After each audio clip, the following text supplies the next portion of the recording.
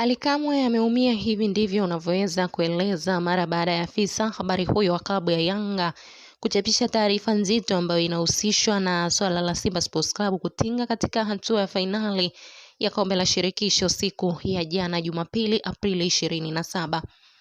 Simba Sports Club wameingia fainali katika michuano hii mara baada ya kuondoa wababe wa soka kutoka nchini Afrika ya Kusini, klabu ya Stellenbosch Football Club kwa matokeo ya jumla ya goli 1-0 mara baada ya kutoka sare ya bila kufungana kwenye mchezo ambao umepigwa siku ya jana katika dimba la Moses Mabhida huko South Africa.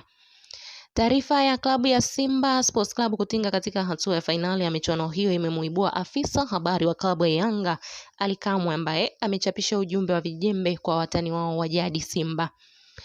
Ally Kamwe kupitia kwenye ukurasa wake wa Instagram amechapisha picha ya wachezaji wa klabu ya Yanga Sports Club ambao walifanikiwa kuipeleka timu hiyo katika hatua ya fainali ya kombe la shirikisho barani Afrika mwaka 2023. Katika picha hiyo, Ally Kamwe ameambatanisha na ujumbe mzito unaoeleza kwamba hiki walichokifanya Simba kwa kutinga katika hatua ya fainali ya michuano hakina maajabu wala sio jambo jipya, kwa sababu Yanga Sports Club alishafanya hivyo mnamo mwaka 2023.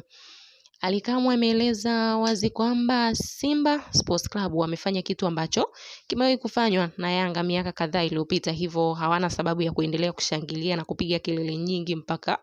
pale watakaposhinda taji hilo mbele ya mpinzani wao ajaye. Hakuna jipya mpaka sasa, mengi ni marudio tu. Kwa taarifa hii iliyotolewa na Ally Kamwe, ni wazi kwamba atakuwa anawaombea njaa Simba Sports Club kwamba wasishinde.